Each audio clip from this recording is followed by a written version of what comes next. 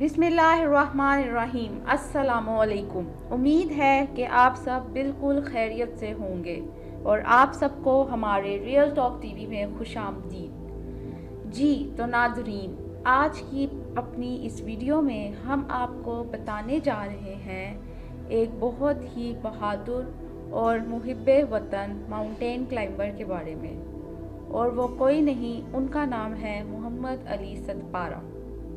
हम अपनी इस वीडियो में आपको आज बताएंगे कि कैसे उन्होंने सच्चे मुहिब्बे वतन होने का सबूत दिया और बहादुरी की वो मिसाल कायम करते हुए K2, जो कि दुनिया की दूसरे नंबर पर सबसे ऊंची चोटी है, इस पर पहुंचे। लेकिन अफसोस के साथ ये भी बताना पड़ रहा है कि वो K2 पर पहुंचे तो सही और उधर झंडा भी लहराया, लेकिन बदकिस्मती के साथ वो वापस नहीं आ सके।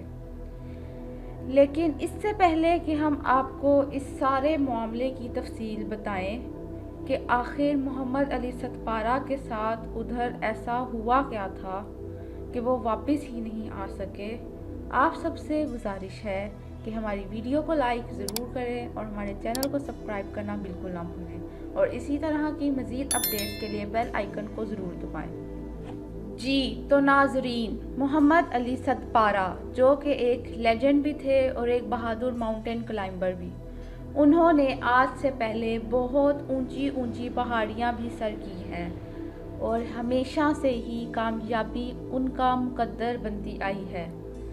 लेकिन इस दफ़ा उन्होंने सर्दी के इस मौसम में K2 की बुलंद पहाड़ी पर पाकिस्तान का परचम लहराने का फ़ैसला किया था, और इसी मकसद के लिए उन्होंने आइलैंड के जोहन स्नोरी और चाइल्ड के जाउन पेब्लो के साथ K2 जैसी ऊंची पहाड़ी पर जाकर परचम लहराने का फ़ैसला किया।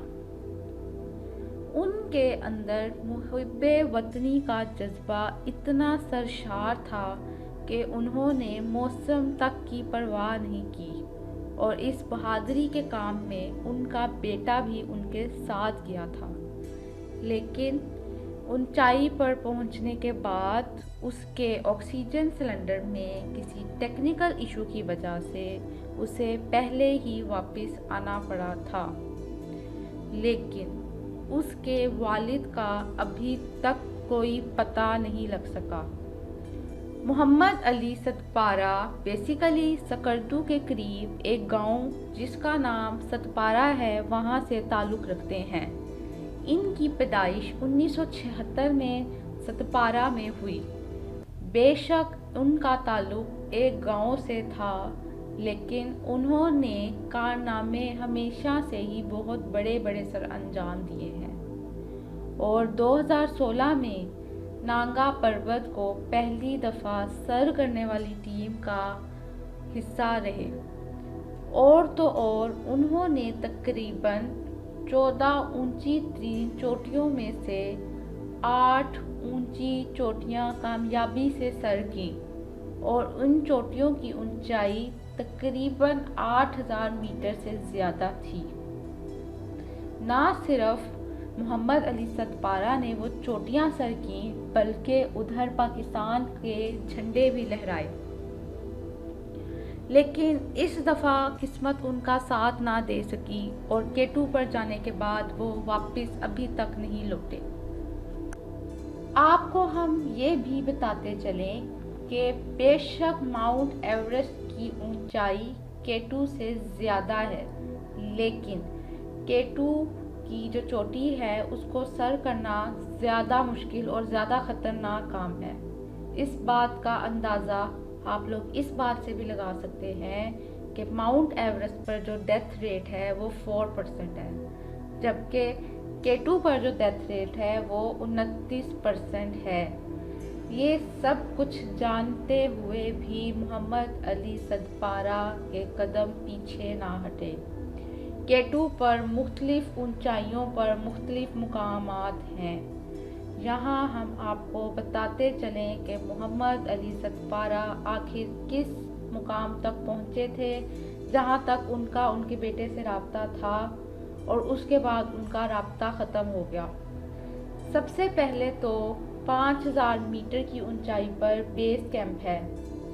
इसके बाद 6000 मीटर की ऊंचाई पर C1 आता है। ये पहला माइलस्टोन है। फिर तकरीबन 6700 मीटर की ऊंचाई पर C2 आता है, और उसके बाद ब्लैक पिरामिड के नाम से एक मुकाम आता है, और फिर 7350 मीटर की ऊंचाई पर C3 है, और इसके बाद तकरीबन 8000 मीटर की ऊंचाई पर C4 आता है, और फिर आता है 8211 मीटर की ऊंचाई पर बोटलनेक।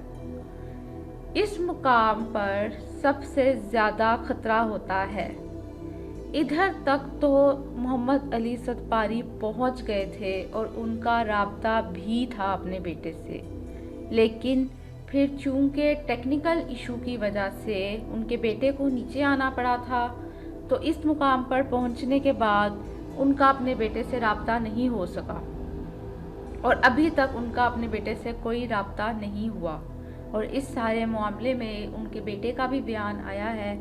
अब हम आपको उनके बेटे का बयान सुनाते हैं कि आखिर उनके बेटे ने अपने बयान में क्या कहा है। तो नाजरीन, या आप उनके बेटे का बयान सुने। हम इस साल के टू विंटर एक्सपीडिशन 2020-21 में थे, और हम 5 दिसंबर को इधर से निकले थे, और 5, 10, 12 दिसंबर को K2 बेस कैंप पर पहुँचे थे। और हम 2 पाकिस्तानी थे, वालिद अली सतपारा और मैं, जो इस साल K2 की मुहिम जोई पर थे। और बदकिस्मती से हम ट्राई कर रहे थे, हमारा फर्स्ट सेकेंड अटेम्प्ट था K2 क्लाइंब करने का। और अभी हम जो समय कुछ 5 फरवरी को हमने नाइट को स्टार्ट किया था, कोई 11-12 बजे नाइट को। तो मैं बोतलनेक पे मैं वालिद, जॉन स्नोरी और दूसरा एक चिली का एक पाब्लो, 4 क्लाइंबर्स थे, और बाकी जो सारे शर्पास और यूरोपियंस थे वो भी नीचे आ रहे थे। बदकिस्मती से मैं विदाउट ऑक्सीजन था, और 8200 पे पहुंचकर मुझे एहसास हुआ कि इस ऑक्सीजन की कमी की वजह से मेरी सेहत मुतासिर हो रही है, और मेरा कोई मेंटल वो भी सही नहीं था। इसलिए वालिद ने कहा कि मैंने वो एक ऑक्सीजन कैरी किया था मेंबर के लिए, उसको यूज़ करो आप। लेकिन मैं उसको यूज़ करने के लिए वो ऑक्सीजन का जो मास रेगुलेटर है उसको फिट कर रहा था कि वो लीक हो गया, और मैं नीचे आ गया।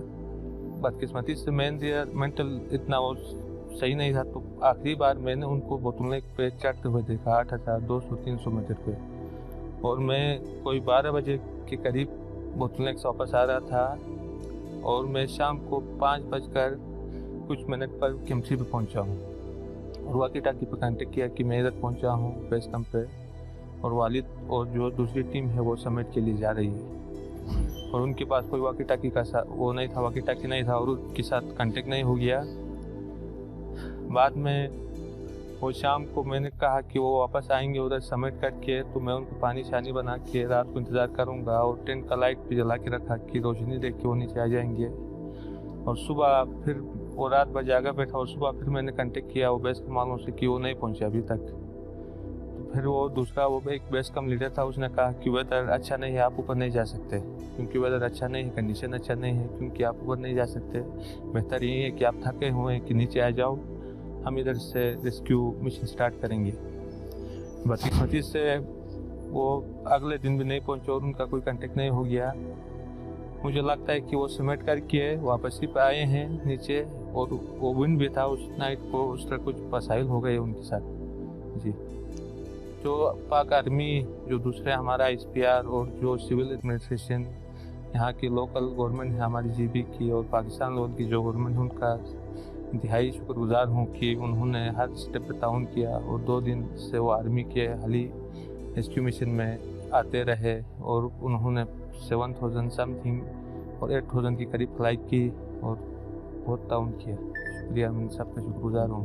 और क्लाइंबर्स कम्युनिटी, स्पेशली जो आइसलैंड की जो क्लाइंबर्स कम्युनिटी है, जॉन स्नोरी की फैमिली, और पाब्लो चिली का जो क्लाइंबर्स था, उनका भी बहुत इंतहाई शुक्रगुजार है कि उनका भी ताउन लम्हा ब लम्हा हमारे साथ जारी रहा। Thank you very much. और पूरी कौम का भी मैं शुक्रगुजार हूँ कि उनकी दुआएं और उनका ताउन हमारे साथ है।